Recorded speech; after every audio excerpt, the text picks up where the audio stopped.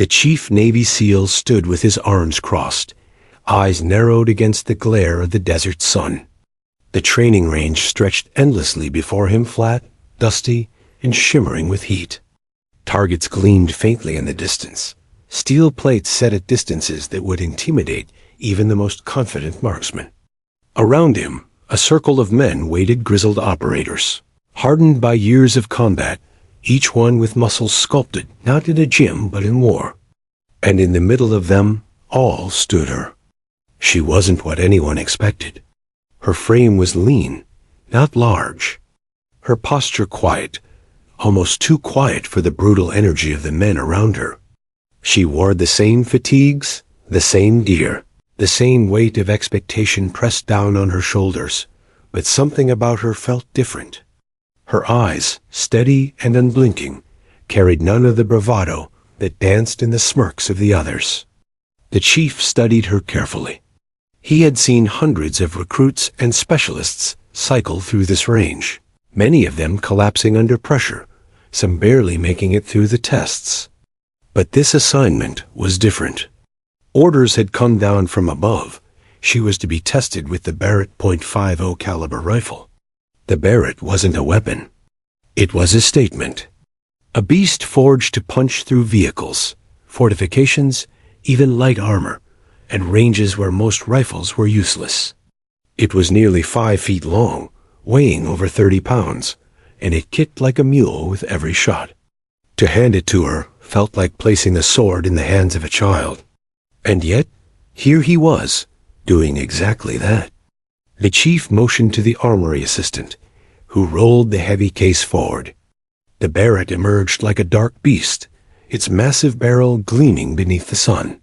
He gripped it by the receiver, lifted it with ease born of years of handling, and turned to face her. "This," he said, his voice carrying authority that silenced even the whispers of the men, "is the Barrett M82, 50 caliber. She doesn't forgive mistakes. You fire it wrong, it'll rattle your bones. Fire it sloppy, it'll break your shoulder. You think you're ready for this?"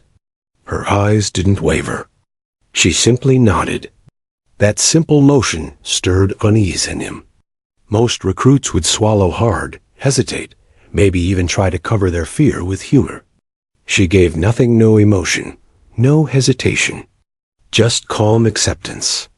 "Fine," he muttered, extending the weapon. "Show us what you've got." The rifle looked enormous against her smaller frame as she took it. The crowd of SEALs exchanged smirks, elbows nudged into ribs. One of them whispered, just loud enough for the others to hear, "She won't even lift it steady." A low ripple of laughter spread. But when she gripped the Barrett, there was no trembling in her arms, no falter in her stance. She cradled it like it belonged to her, fingers instinctively finding balance, eyes scanning the scope, as though she had studied its mechanics long before this moment. The chief frowned. She was too comfortable. He walked closer, circling her like a predator testing prey. "You understand what you're holding?" He pressed. "That thing's not a toy. It's not some standard rifle. It's meant to stop vehicles, not people. A mistake with this, and you'll do more harm to yourself than the target." "I understand," she said quietly, her voice calm, steady, and unshaken. Something in the way she said it made him stop. There was no arrogance in her tone, no pride. Just fact, just truth. He handed her the magazine, 10 rounds of heavy .50 caliber ammunition, each one thick enough to feel like a miniature cannon shell. She slid it in with practiced ease, the click of the lock sounding louder than it should have in the tense silence. The men fell quiet now, watching with sharper eyes. Jokes dried in their throats. They had seen plenty of rookies fumble with the Barrett, loading it backward, jamming it in haste, or letting the sheer weight betray their inexperience. She didn't. Her movements were precise, methodical. The chief's eyes narrowed. "On the ground," he ordered. She dropped smoothly into a prone position, the Barrett resting on its bipod. The dust kicked up, coating her sleeves, sticking to her cheek, but she ignored it. She adjusted her body, snugging the stock into her shoulder, her cheek resting against the rifle, as though she had done this 100 times before. "Targets are out there," the chief said, his voice carrying over the range. He pointed with a gloved hand. "Start with 1,000 meters. That's where we'll see if you can even breathe, behind that rifle." The spotters adjusted their scopes. The men leaned forward. The chief stood over her, arms crossed again, though this time the posture wasn't arrogance, it was scrutiny. He wanted to see cracks. He wanted to see her falter. But her breathing slowed. Her eyes locked into the scope. The world around her seemed to vanish, her mind collapsing into a tunnel of precision and distance. The chief felt a twinge in his gut. There was something about her silence that unnerved him. He remembered his first time firing the Barrett. He had been bigger, stronger, louder than she was, and yet the weapon had nearly broken him. His shoulder ached for days after, and his ears rang from the thunderous recoil. He had cursed the rifle and respected it in equal measure. But she showed no fear, only calm. The chief looked around at his men. Most were grinning, expecting a show. They didn't see what he saw. He saw steadiness. He saw control. And for the first time since the order had come down, he wondered if maybe, just maybe, the impossible wasn't so far-fetched. Still, doubt gnawed at him. As he stood there, sun scorching his back, the weight of command heavy on his shoulders, he couldn't shake the strange chill creeping into his chest. He had handed her the Barrett expecting failure, expecting to watch her buckle under the recoil. But deep down, a voice whispered that he might have just handed her history instead. And that thought, more than the rifle, more than the silence, was what unsettled him the most. The laughter started small, the kind of low chuckle soldiers used to mask discomfort. One man muttered, "She won't last 2 shots," and another snorted in agreement. Around the range, a ripple of grins spread. The chief didn't laugh. He had seen it too many times before, soldiers who joked right before a storm. Their laughter was less about her and more about fear of what it meant if she proved them wrong. Doubt was easier to dress in humor than to face head-on. Still, he said nothing, his arms folded tightly across his chest as he observed. The Barrett sat in her hands like a living thing.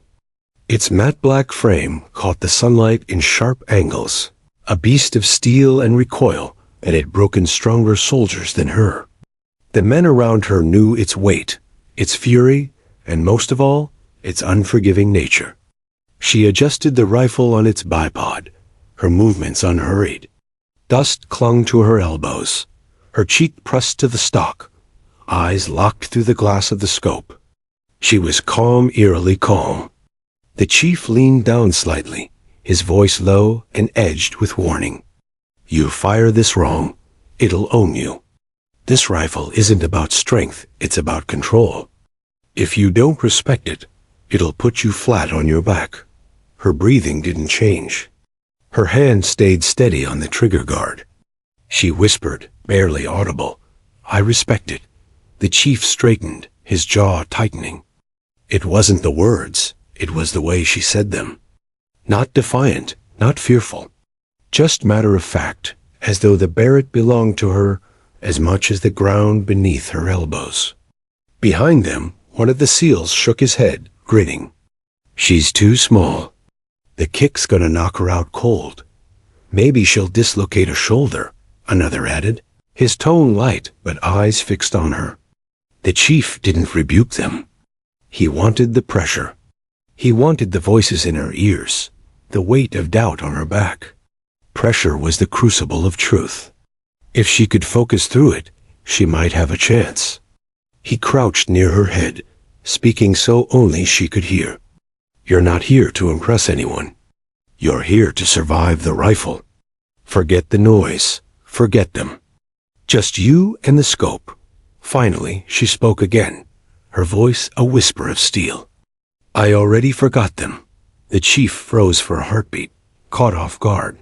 He searched her eyes, but all he saw was focus. Not arrogance, not pride, just cold, unshakable intent. He stood again and gave the order. Target 1,000 meters. Fire when ready. The crowd hushed. The desert wind rolled over them in slow gusts, carrying grains of sand across their boots. The spotter adjusted his scope, sweat dripping down his brow. Even the men who had laughed earlier leaned forward now, the humor gone from their faces. She inhaled slowly, her chest rising and falling in rhythm. Her finger rested gently against the trigger, not pulling, just feeling. Her world had narrowed to the circle of glass in front of her, the reticle floating steady against the steel target a kilometer away. For a long moment, nothing moved. Then the Barrett roared. The explosion cracked through the desert, rattling bones, echoing against distant rock faces. The recoil slammed into her shoulder, kicking dust into the air. The shell casing spun free, bouncing in the dirt beside her arm. The steel plate downrange rang a sharp, undeniable clang. The spotter blinked, then shouted, "Hit!" Dead center. For half a second, silence held. Then the men broke into disbelief. No way. First shot? At 1,000? Lucky. She got lucky. The chief didn't move. He watched her closely, searching for any flicker of nerves, any sign of recoil shock. There was none. She stayed steady, exhaling calmly, already adjusting her aim for the next shot. The rifle roared again. Another clang. The murmurs swelled. Heads turned, whispers flew, and the chief's chest grew heavier with each passing second. This wasn't luck. No one fired the Barrett with that kind of control on the first attempt. No one. She fired again. And again. Each shot carried the same rhythm, the same measured breathing, the same steady trigger squeeze. The steel plates sang with every impact, a chorus of defiance that silenced the laughter entirely. The chief's smirk, what little had lingered from earlier, was gone now. He leaned forward, his eyes narrowing, studying her form. Perfect. Too perfect. He had trained some of the best shooters in the world. He knew the difference between talent and preparation. What she displayed wasn't raw luck or a fluke of physics. It was mastery. And that unsettled him more than anything. Around the range, the men shifted uncomfortably. One muttered, "She's not supposed to be this good." Another crossed his arms, frowning. "It doesn't make sense. Nobody walks up cold and hits like that." The chief didn't answer them. His own doubts gnawed at him, louder than their whispers. Where had she learned this? Who had taught her? And why hadn't he known before now? He stepped closer again, crouching beside her as she reloaded with practiced speed. "Who trained you?" he asked, low and sharp. She didn't glance at him. Life. It wasn't an answer. Or maybe it was. The chief stared at her for a long moment, then stood, his mind racing. He had underestimated her. They all had. And now the balance of the range had shifted. This was no longer about proving she could handle the Barrett. This was about finding out how far she could push it. The chief clenched his fists behind his back, his face unreadable. Doubt still lingered, but it had shifted. It was no longer doubt of her ability. It was doubt of what she might do with it. And for the first time in years, he felt something he rarely admitted, even to himself. He felt afraid. The Barrett thundered again, shaking the desert floor. The sound wasn't just loud, it was consuming, a rolling crack that seemed to tear the air itself apart. Dust plumed from the muzzle brake, swirling in the wind like smoke from a cannon. The recoil, fierce and unforgiving, drove into her shoulder. But she absorbed it without flinching, her cheek never lifting from the stock, her eye never leaving the scope. The steel plate at 1,000 meters shivered under the force of the impact, its echo ringing like a bell through the dry air. Spotters confirmed it instantly, another perfect hit. A hush fell over the range. The SEALs, hardened men who had sneered and laughed only minutes earlier, now stood silent. The smirks on their faces melted into disbelief. Some leaned forward, squinting as though their eyes had betrayed them. Others glanced at each other, waiting for someone to explain what they were seeing. Nobody could. The chief remained still, his arms folded tightly across his chest, though his heart thudded harder than it had in years. He had expected her to crumble after the first shot, to lose balance, to flinch, to recoil from the rifle's power. Instead, she handled it as if she had fired it 100 times before. Her finger returned to the trigger. The Barrett roared a third time, spitting flame and fury. The casing clattered to the ground. Through the distant shimmer of heat, the steel plate rang once more dead center. The whispers began, hushed but sharp. Impossible. No way she's that accurate. She's not supposed to be doing this. The chief ignored them. His focus was locked on her. Every movement she made was precise, deliberate. She wasn't rushing, wasn't second-guessing. Her breathing was calm, her body steady. She moved with the kind of discipline only years of experience could carve into someone. And yet, officially, she wasn't supposed to have that experience. He crouched slightly, studying her form. Her shoulder dug into the rifle stock, exactly where it should. Her elbows formed a perfect triangle on the ground, anchoring her body like iron. Even the rhythm of her breathing, inhale, pause, exhale, squeeze, was flawless. The chief's stomach knotted. He knew seasoned snipers who still fought to master that rhythm under pressure. The Barrett cracked again. Another hit. This time, the silence that followed wasn't disbelief. It was awe. One of the younger SEALs, unable to stop himself, blurted out, "What the hell is she?" His voice carried across the range, sharp with frustration and wonder. The chief didn't answer. He didn't know. Another SEAL muttered, "She's not supposed to be better than us." The words hung heavy in the air, dripping with resentment. The chief shot him a glare that silenced him instantly.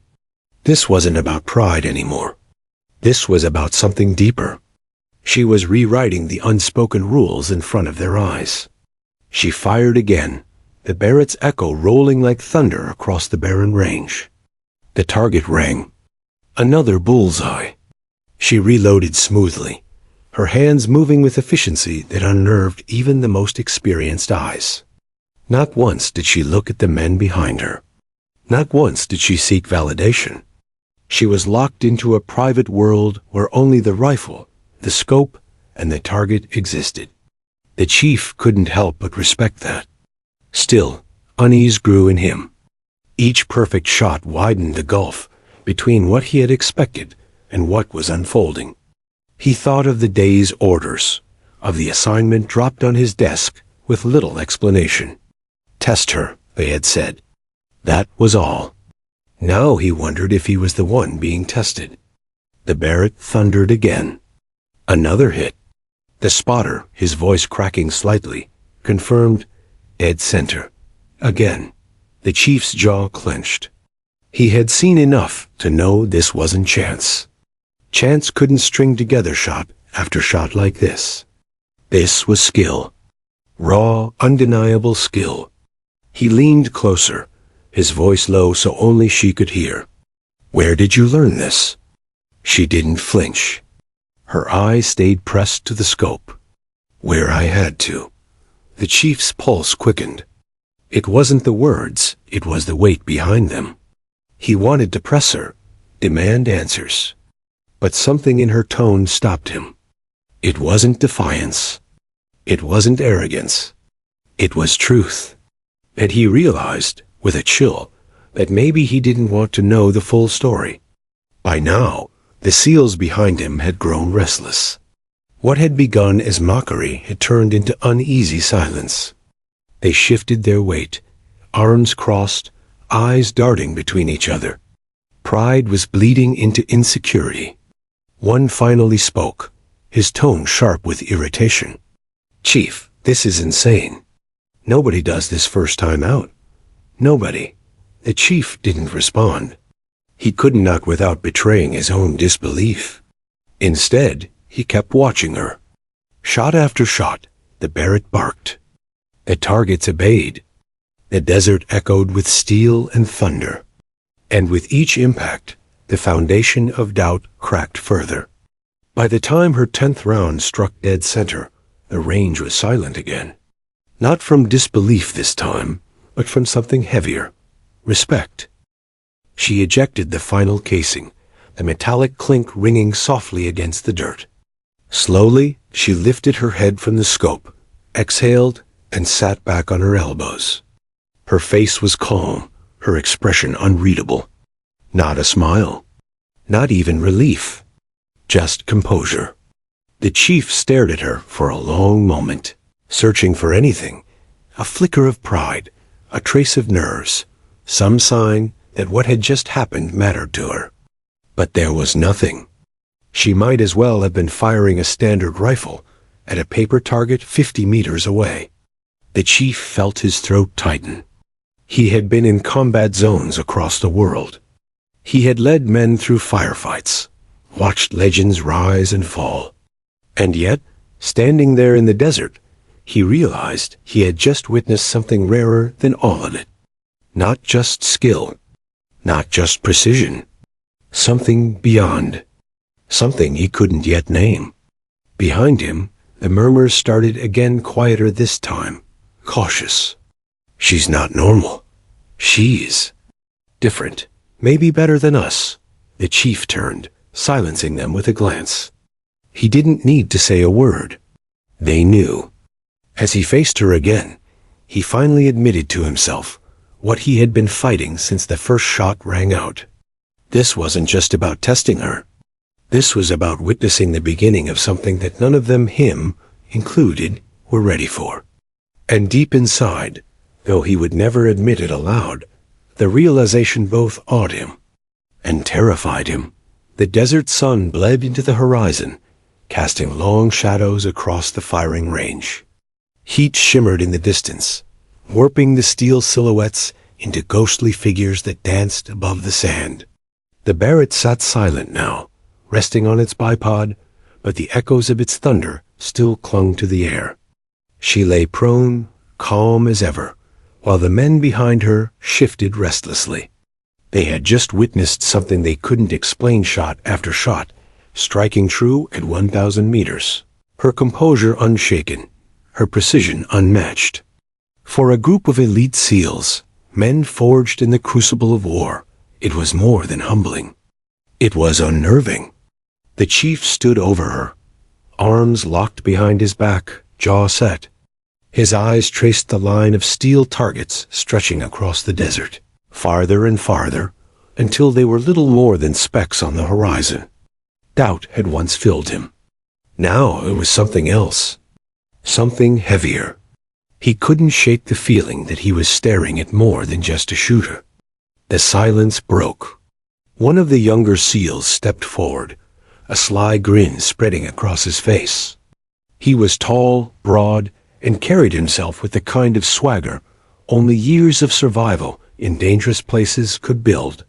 "All right," he drawled, his voice carrying across the range. "She's good at 1,000. Fine, but that's nothing. Any one of us can hit at 1,000. Another SEAL, older, hardened, chuckled.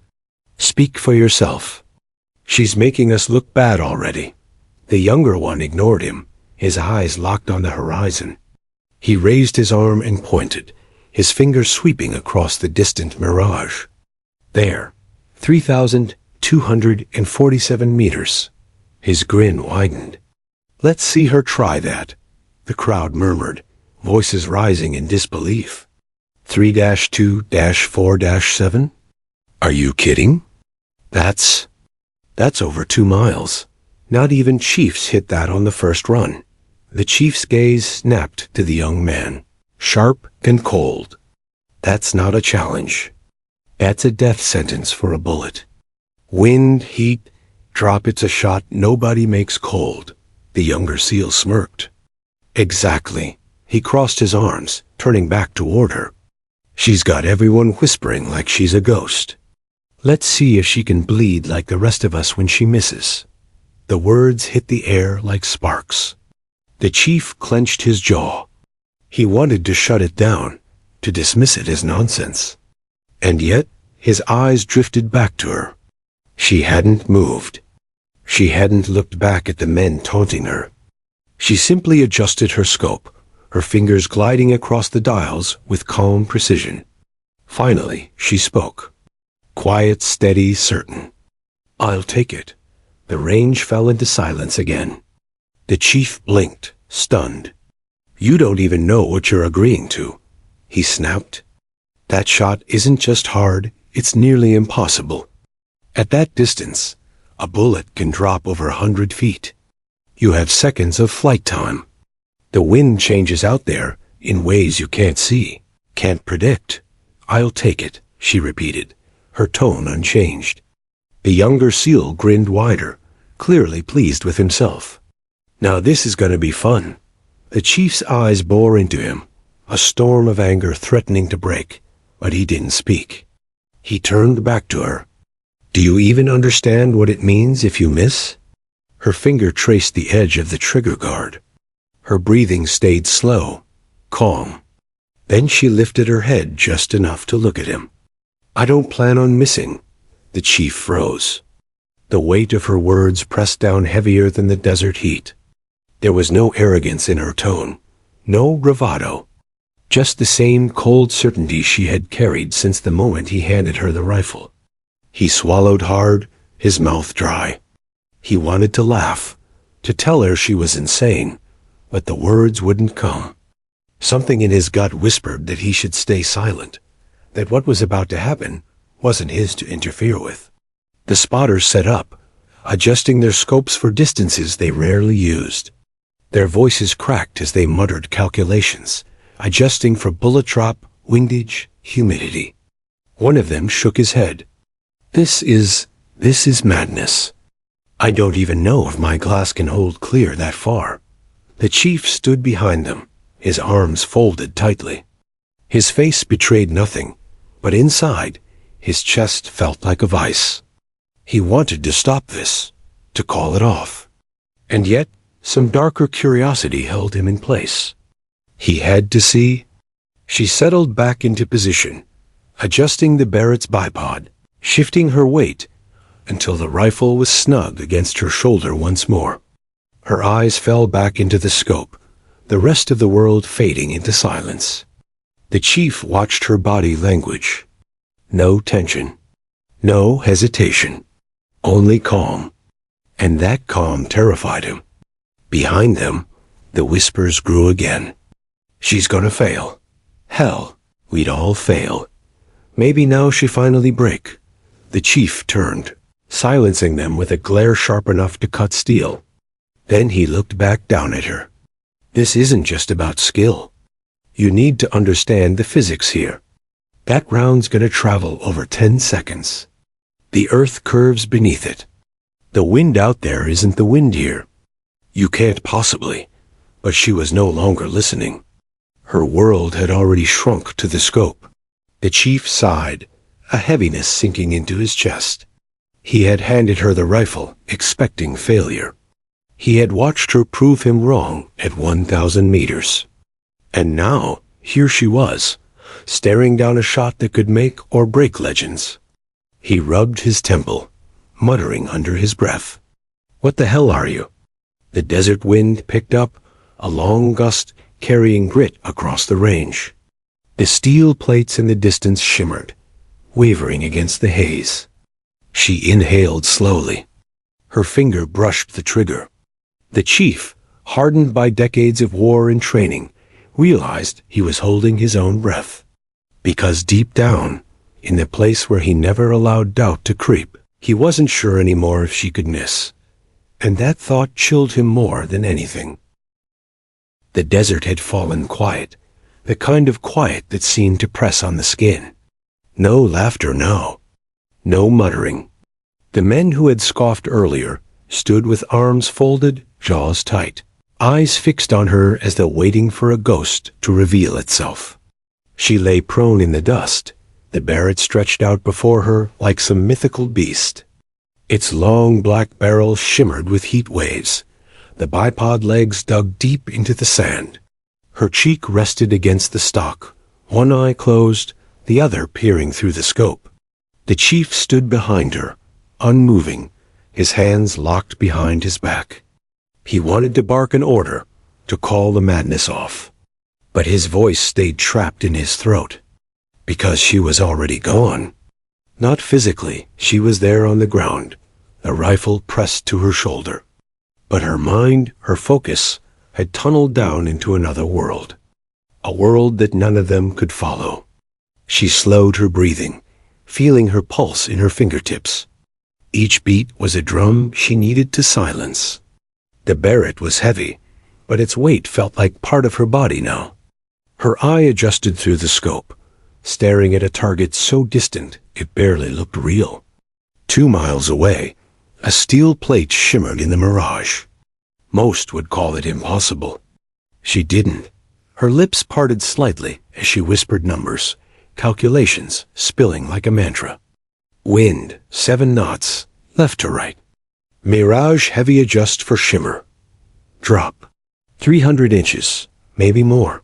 Her hands adjusted the scope with delicate precision, fingers twisting dials that clicked softly in the silence. The spotter, kneeling beside her, stared in disbelief. He hadn't given her any readings. She was calculating blind, with nothing but instinct and experience. The chief noticed. His jaw tightened. She was supposed to be new, supposed to be untested. Yet she moved like someone who had lived behind scopes, who had lived with the math of ballistics etched into her bones. Behind them, the men shifted uneasily. She's wasting her time, one muttered. That distance eats bullets for breakfast. Even a computer couldn't predict the drift out there. But their voices carried less bite now, more unease. Each of them knew she had already defied their expectations once. What if she did it again? The chief turned slowly to face them. His stare was sharp, a silent command. The whispers died instantly. When he looked back at her, his chest tightened. She hadn't flinched once.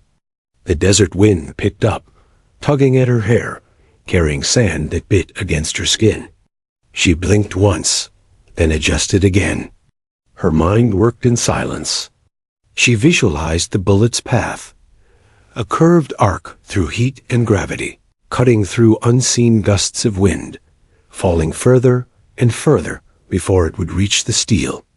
10 seconds of flight, 10 long seconds, where anything could shift, anything could ruin the shot. Most shooters feared that silence, that long wait. She welcomed it, because she wasn't firing a bullet. She was firing certainty. The chief exhaled slowly, his eyes locked on her.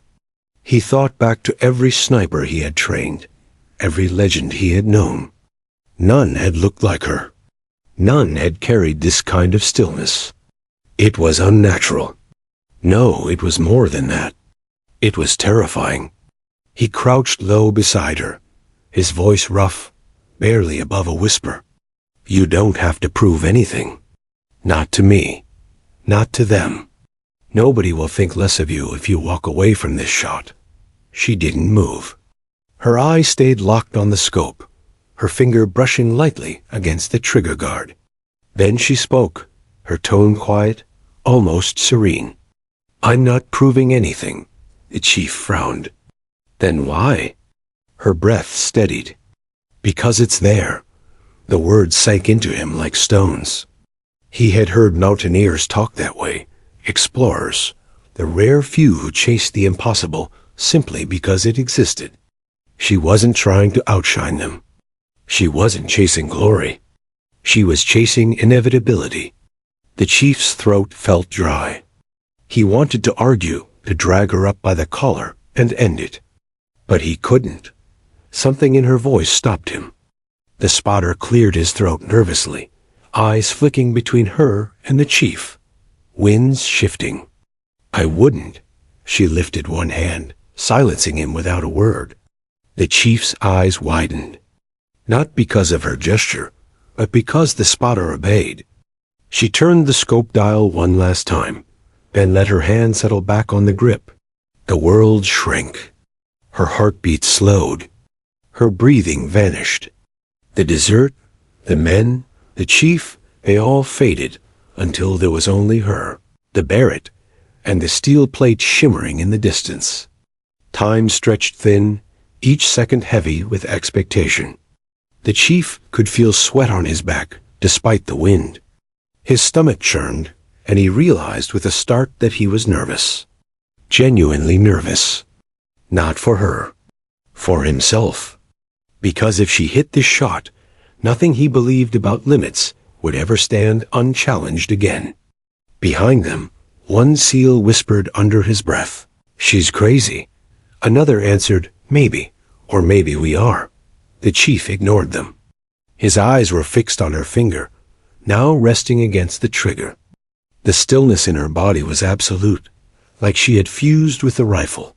The silence was unbearable. He wanted the shot to come just to break it. And yet, at the same time, he dreaded it. Because deep down, he knew.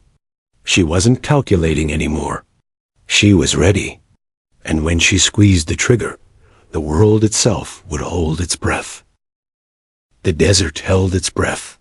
She was motionless, fused to the rifle, as though the Barrett had grown from her bones. The scope's glass shimmered with heat mirage, but her eye never wavered. Her finger rested against the trigger, light, steady, perfectly balanced between patience and release. Behind her, the SEALs stood like statues. Men who had stormed compounds, swum through midnight seas, and fought death face to face now found themselves silenced by a single woman and a single rifle. Even the wind seemed to hush, as if the world itself was waiting. The chief felt his jaw locked tight. His throat was dry, his palms damp. He wanted to shout, to command her not to take it, but the weight of the moment pressed his voice down into silence. Then, without fanfare, without hesitation, she exhaled. Her fingers squeezed, and the Barrett roared. The muzzle blast ripped through the desert, a thunderclap of raw power. A shock wave of dust and sand erupted around her, washing over the prone men nearby. The rifle kicked against her shoulder, but her body absorbed it seamlessly. She did not flinch. The round was away.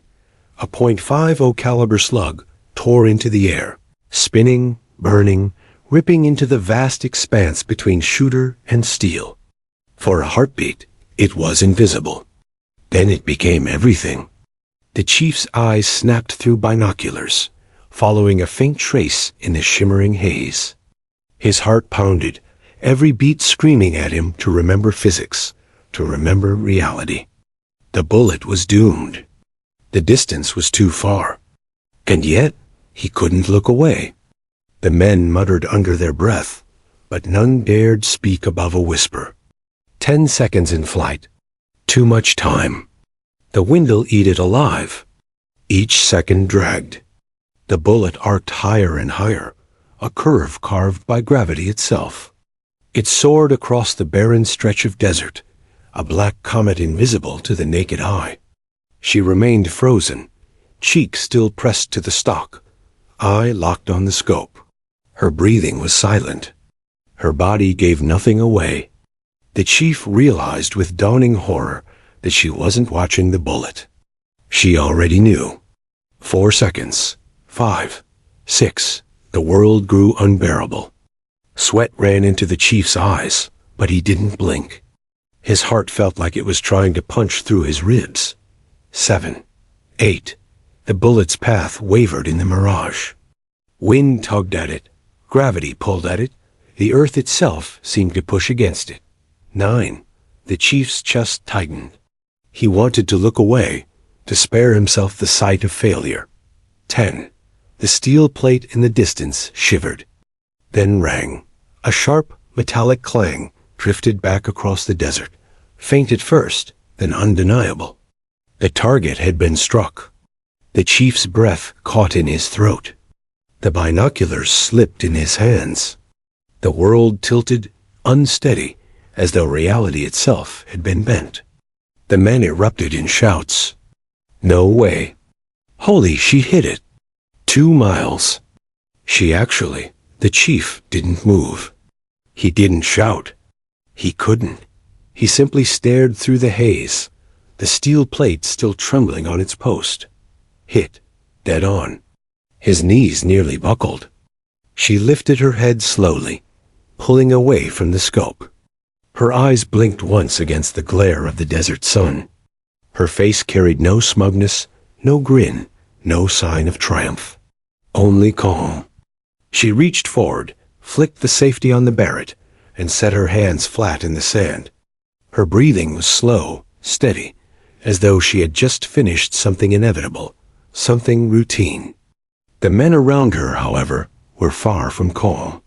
They shouted, slapped each other on the shoulders, swore in disbelief. Some laughed in wild shock. Others simply stared at the target, shaking their heads as if trying to wake from a dream. The younger SEAL, the one who had issued the challenge, looked pale. His swagger had bled out of him, leaving only silence. His mouth opened as if to speak, but no words came. The chief turned toward him slowly. Their eyes met. The chief's glare cut sharper than any blade. The young SEAL dropped his gaze to the sand. The chief stepped forward, his boots crunching softly against the gravel. He stopped beside her as she rose to her knees, brushing dust from her uniform. He studied her for a long moment. The lines on his weathered face deepened, caught between awe and unease. Finally, he spoke. His voice was low, hoarse. That shot shouldn't exist. She looked at him, eyes calm, voice steady. And yet, it does. The chief's jaw tightened. He searched her face for arrogance, for gloating, for anything human to cling to. But there was none. Just certainty. And that terrified him more than the shot itself. The SEALs were still buzzing, some pacing in disbelief, others replaying the clang of the steel in their heads. One of them muttered, That's world record stuff. Who even is she? The chief didn't answer. He didn't know. All he knew was that something had shifted here in the desert. Something they weren't prepared for. This wasn't just a shooter. This was something else. The sun dipped lower, painting the sky in blood-orange streaks. The desert wind carried the fading echoes of that impossible shot. The chief stood, his arms heavy at his sides, his mind racing. For the first time in decades, he felt small. He felt the weight of limits dissolving before his eyes. The clang of steel still echoed in his ears. He looked at her one last time as she packed the Barrett away with quiet efficiency. The thought pressed into his mind like a blade. If she could do that here, in practice, on a plate of steel, what would she be capable of in war? For a moment, no one moved. The clang of steel still rang in their ears, echoing long after it should have faded. It wasn't just sound anymore. It was a ghost hanging over them, reminding every man present that they had just witnessed the impossible. The desert itself seemed to have stilled. The wind, which had danced restlessly across the range all day, softened to a whisper, as though even the earth had paused to acknowledge what had been done. She rose to her feet with quiet grace, brushing sand from her uniform. The Barrett, massive and unyielding, lay at rest on its bipod, its work complete. Her expression carried no pride, no triumph, no trace of the elation the others expected. Only calm. That calm unnerved them most of all. The younger SEAL, the one who had issued the challenge, stared at her, pale and wide-eyed. His swagger was gone, stripped from him like a cloak in the wind. He had wanted her to fail, wanted her exposed before the others. Instead, he had given her the stage on which she became untouchable. He opened his mouth, but no words came. His throat tightened, and he turned away, jaw clenched, shame burning in his face. The others weren't mocking him. They weren't mocking anyone. Their disbelief had swallowed every ounce of bravado. 2 miles. One whispered. World record distance, said another, shaking his head. That shot. It shouldn't be possible. The words circled among them, whispered like prayers, each man grappling with the reality of what they had seen. The chief stood apart, arms folded tightly across his chest. His weathered face was carved into stone, but behind his eyes a storm brewed. He had trained snipers, men who could split skulls at 1,500 meters, men who had written their names in blood and sand. He had believed he knew the limits of the human hand, the human eye, the human mind. But this was something else. His gaze locked on her. She was not boasting. She was not celebrating. She packed the Barrett away with the same careful precision she had displayed before firing it. To her, the shot wasn't an achievement. It was routine. That terrified him more than any celebration would have. He stepped forward, boots crunching against the gravel. The men fell quiet at once, their eyes darting between him and her. The chief's shadow stretched long in the dying sun as he came to stand a few feet from her. You understand what you just did, he said, his voice low, gravelly. She looked up at him, her expression calm, her eyes steady. I hit the target. The chief's jaw tightened. No, you didn't just hit the target. You rewrote what's possible.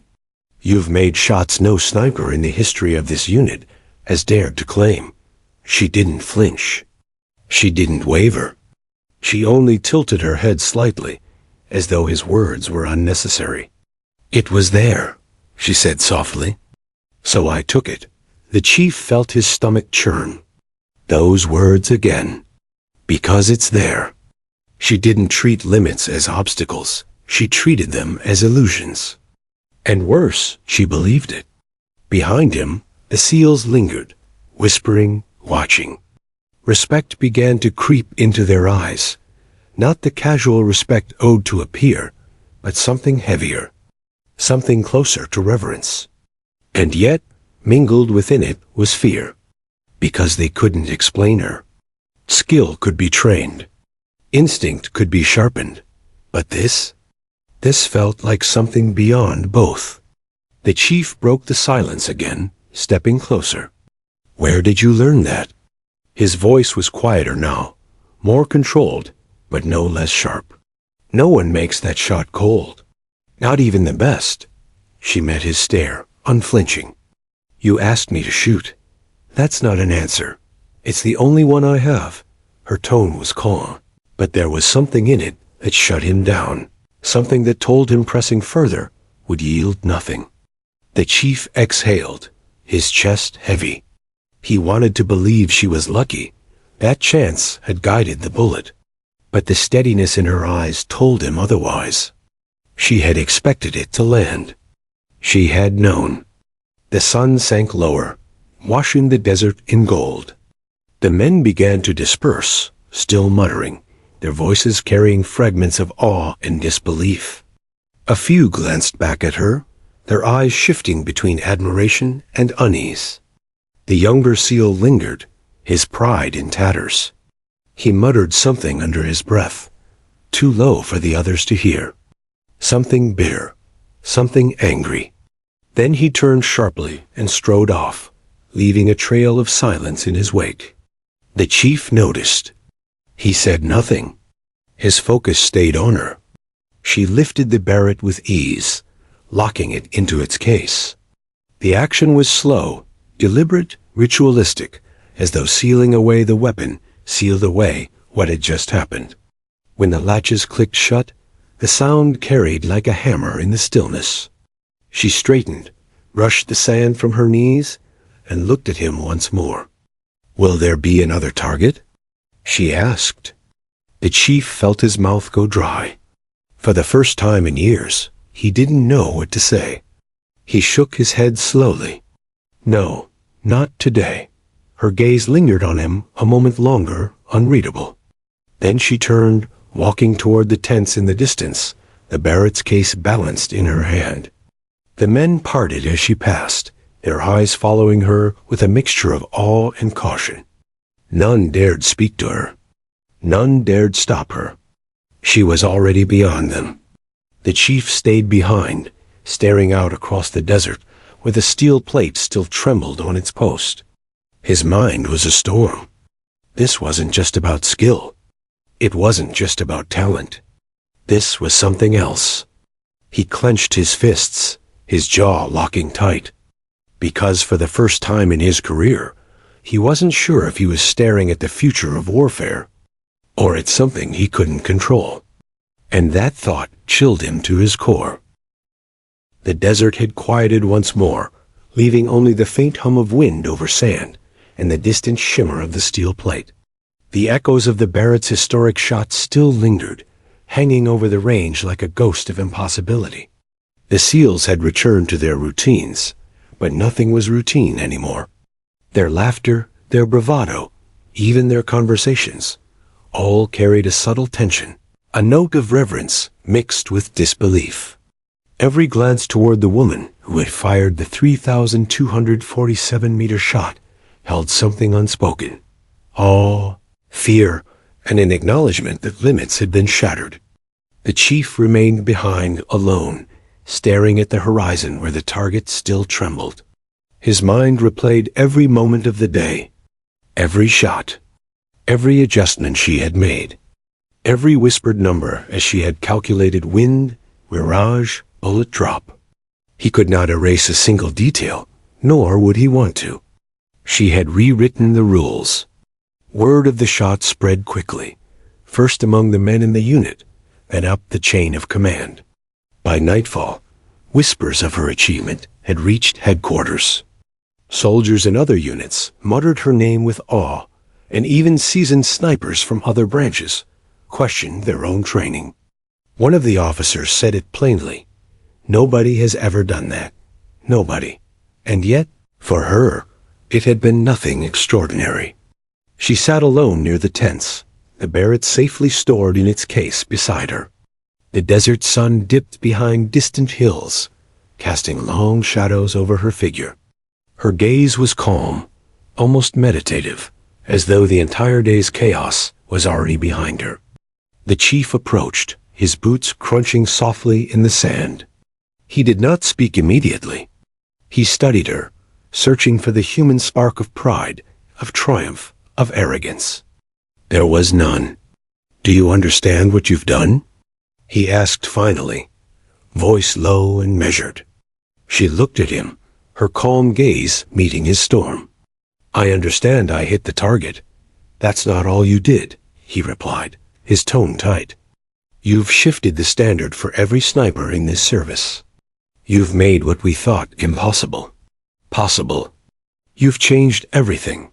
Her lips curved slightly, not a smile, but the faintest recognition. "Then we'll see what's next." In the days that followed, the story spread like wildfire. Across bases, in mess halls and training grounds, the legend of the woman who had fired the Barrett at 3,247 meters became a whispered truth that no one dared dismiss.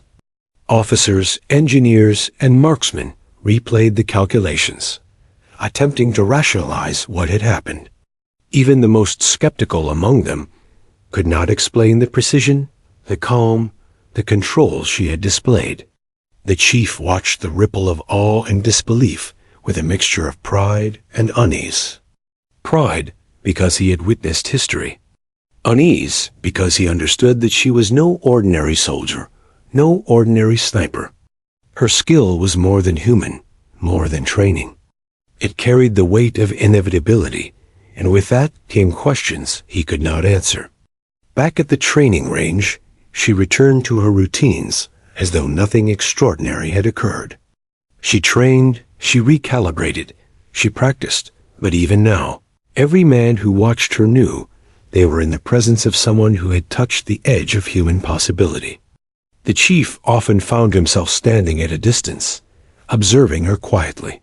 He recognized, more clearly than anyone, that she was a force beyond calculation, a legend in the making. And with legends came responsibility. He realized that his job had shifted. He was no longer simply her superior or trainer. He was her witness, guardian, and chronicler. He had seen her perform what no one else could, and he carried the burden of that knowledge. The SEALs, initially skeptical and jealous, had begun to follow her quietly. Some out of respect, some out of curiosity, some because they had glimpsed what it meant to truly push beyond limits. They began to understand that she had not done this to dominate or prove them wrong. She had done it because it was there. A challenge. A possibility. Something that demanded to be faced. And now they would follow her example, however indirectly, because no one could unsee what they had witnessed. The chief's own reflections deepened at night. Alone in his tent, he replayed her calm demeanor, her calculated adjustments, the way the barrel of the Barrett had swallowed heat and recoil without faltering. He thought of every seasoned sniper he had trained, every record he had seen broken in the past. None had come close. And the thought lingered, what else could she do? Not just with a rifle, not just in the desert, but anywhere, in any situation, against any odds. It was terrifying and exhilarating. The legend took on a life of its own. News reached other units, other countries, and whispers of a sniper who could hit targets at impossible distances began to spread. Some questioned her existence outright, claiming exaggeration or myth. Others, veterans and marksmen, nodded knowingly, recognizing that greatness often arrived wrapped in quiet calm. And through it all, she remained unchanged. The Barrett was a tool, not a trophy. The shot was a task, not a performance. She measured her victories not by fame, but by precision, control, and inevitability. The chief stood once more at the desert range weeks later, the wind tugging at his uniform. He scanned the horizon, the empty steel plates, and the vast stretch of sand that had borne witness to the historic shot. He exhaled slowly. History had been made here, not with fanfare or medals, but with focus, patience, and unshakable calm. He finally spoke aloud, though no one was near to hear him. I've seen legends before, but I've never seen one like her. Somewhere behind him, the faint whisper of wind stirred the sand, as if the desert itself acknowledged the truth. The woman who had fired the Barrett at 3,247 meters had left her mark, not just on steel, but on the minds of every person who had watched. The chief knew, with absolute certainty, that he had witnessed the beginning of a legend. And he also knew that the world would never be the same, because some limits weren't meant to be accepted. They were meant to be shattered, and she had shattered them all. The desert's golden light had faded to deep amber, then into a bruised purple as twilight settled over the range. The last echoes of the historic shot lingered in the air, a faint vibration that seemed to pulse with the rhythm of disbelief and awe. The steel plate, the distant target she had struck from 3,247 meters, still quivered faintly on its post, a monument to precision and focus. The SEALs, once brash and mocking, now moved quietly among the tents. Their voices were hushed, cautious, as though speaking too loudly might shatter the fragile reality they had just witnessed. Every man knew he had glimpsed something beyond comprehension, something that did not obey the usual rules of skill or training. They whispered her name like a sacred incantation, unsure whether to call it legend, miracle, or anomaly. The chief lingered behind, standing where the sand had been scorched and churned by the recoil. He studied the horizon, the heat waves blurring the distant hills. His mind replayed each movement she had made, the slight tilt of her head as she calculated wind drift, the subtle adjustments to the scope, the calm exhalation before the trigger squeeze. Every shot had been perfect, each more impossible than the last. And the final one, the 3,247-meter shot, had defied everything he knew about bullets, ballistics, and human capability. He felt awe, yes, but he also felt fear. Not for himself, not for the men around him, but for the realization that she was untethered from the limitations that had defined them all. She was something else entirely. The woman who had fired the shot had returned to the tents quietly. She did not look back. Her steps were measured, her posture serene, as though the day's extraordinary events were ordinary routine for her. She carried the Barrett's case with ease, a tool like any other. The seals parted instinctively, giving her room. Some lingered, unable to stop watching, their eyes flicking between her calm posture and the horizon where the target still trembled. The whispers were quiet, almost reverential. "She's unreal," one muttered. "Did you see that last shot? 2 miles. And dead center," said another, shaking his head. "Where did she even learn that?" The question lingered in the air. Nobody knew the answer. And the chief, standing a few paces back, realized he may never know. He approached her slowly, boots crunching in the sand. His chest felt tight, heavy with emotions he could barely name. Awe, disbelief, fear, and something like responsibility. "You understand what you've done?" he asked, his voice low but steady. She looked up at him, eyes calm, unshaken. "I hit the target. That's not all," he said, his tone sharper now. "You've redefined the limits of what a sniper can do. You've made shots we thought were impossible, possible. You've changed everything about how we measure skill." Her lips curved slightly, the faintest hint of acknowledgement. "Then we see what comes next." He swallowed hard. Her calm confidence unsettled him more than the rifle's recoil ever could. Night fell fully over the desert, and the camp lights flickered against the deepening darkness. The seals had gone quiet, some resting, some still pacing, their minds running through calculations, physics, probabilities. Even the seasoned veterans could not reconcile what they had seen. The chief remained outside, watching her pack away the rifle, her motions precise, disciplined, ritualistic. She treated it not as a trophy, not as a weapon to command respect, but as an extension of herself purely functional. And yet the legend she had created would not fade, because what she had done could not be erased. The whispers of awe had spread beyond the camp by now. Reports would circulate to other units, officers would speak in hushed tones, and her name would echo among marksmen for months to come. She had achieved what very few in history ever had, a record shot that defied comprehension. The chief found himself pacing now, alone in the dark. He recalled every sniper he had trained, every legend he had seen emerge in the field. None had ever done anything like this.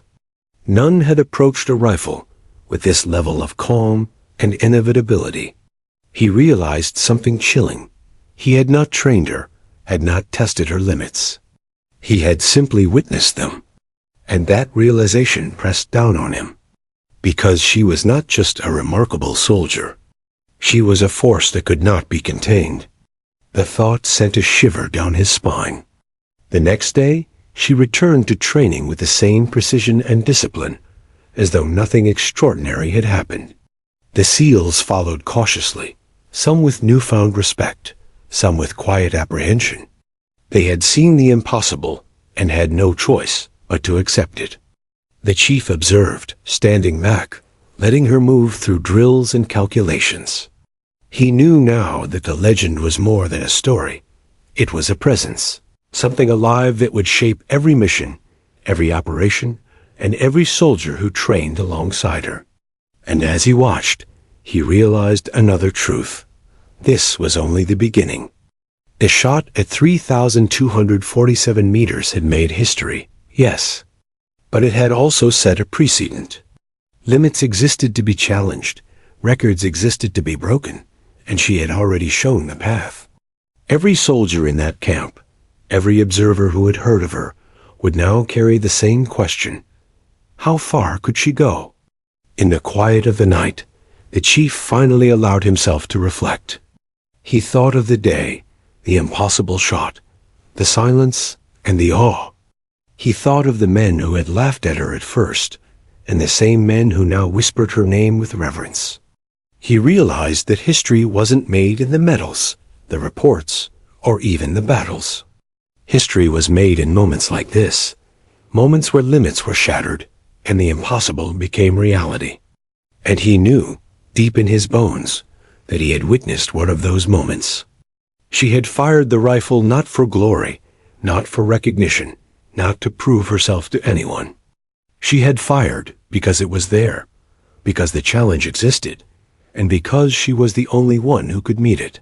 The chief understood now. That was what made her dangerous, what made her extraordinary, and what would make her a legend. The desert stretched out before them, endless and unyielding, a silent witness to a day that would be remembered for generations. The steel plate in the distance had become a monument. The shot had become a story, and the woman who fired it had become something more than human in the eyes of those who saw it. The chief exhaled, his breath heavy. He knew that he could not train her further, could not control what she would do next. He could only witness, chronicle, and respect what he had seen.